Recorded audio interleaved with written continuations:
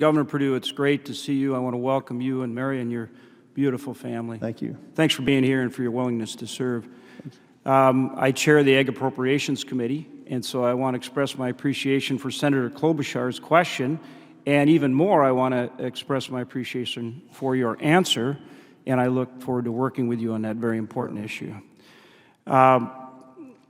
Also, one of our former colleagues, Senator Mike Johans, as you know, was an outstanding Secretary of Agriculture, and he visited North Dakota on several occasions. And so I want to ask if, in fact, you would be good enough to show up and visit our farmers and ranchers in North Dakota who do a fantastic job and would love to see you. What's the record, Senator?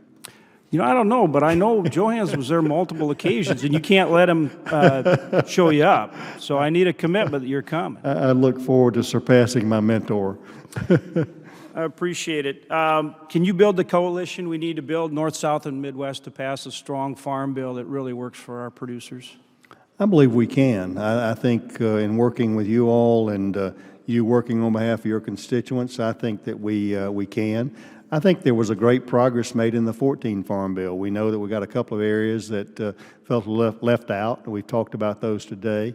And I think we can get ahead of that. And it's even more critical today in the light of commodity prices and where they are, that we get a safety net not only for our producers but also our consumers in going forward. So that's a challenge I look forward to, Senator. I'm confirmed to work with you all in providing the resources and enabling you all to get a farm bill that will be embraced by American agriculture. But you agree it takes that North, South, Midwest coalition to get it done? Oh, absolutely, as well as our nutrition people as well. Do you also agree that it's the heart and the soul, and you kind of were going here in your answer, but the heart and soul of risk management comes down to that countercyclical safety net, building on ARC and PLC, and then making sure we strongly support crop insurance as a risk management tool. Do you agree with that? And do you see that as a heart and soul of risk management for our Certainly, absolutely. A well-run, well-managed, well-designed, well-administered program in that, I think, gives farmers a lot of confidence.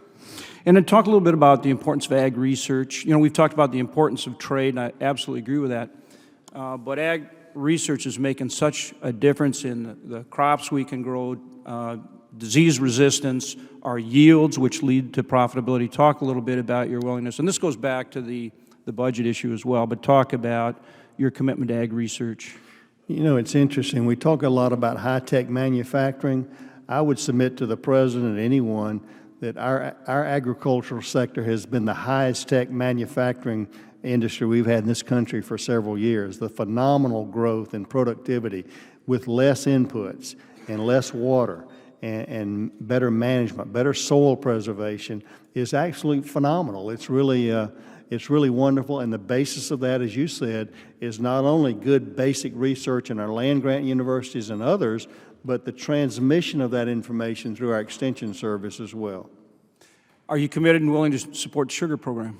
I have, as I mentioned earlier, and certainly I think you all have done a great job in the past in the sugar program, and for those who grow the beets as well as the cane. I think you all, they've come together with a pretty unified front.